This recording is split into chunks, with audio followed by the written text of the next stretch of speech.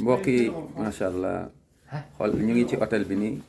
sant yàlla da ngay wàcc rek dugg ci macha allah ci jumaa ji gis ngeen kaaba gi la ñuy seen noonu macha allah macha allah macha allah allahu akbar yàlla na borom sant taala yombalal bépp jullit mu mën fee ñëw aj ak umra aj bu yàlla nangu moom fay bi mooy aljanna loolu la yonent bi sallallahu alayhi wa sallam wa hajjun mabrur laysa lahul jazaa illa aljanna umra yàlla rek a xam tamit tiyaaba ci nekk kon na jullit lu ñu mën nañ ko def ñaata ñoo rey alal yu dul jeex di dem fu ne waaye programme wuñu fii subhanallah kon nañu góorgóorlu mbokk yi macha allah lii amul prix benn julli boo ko fi defee benn julli rek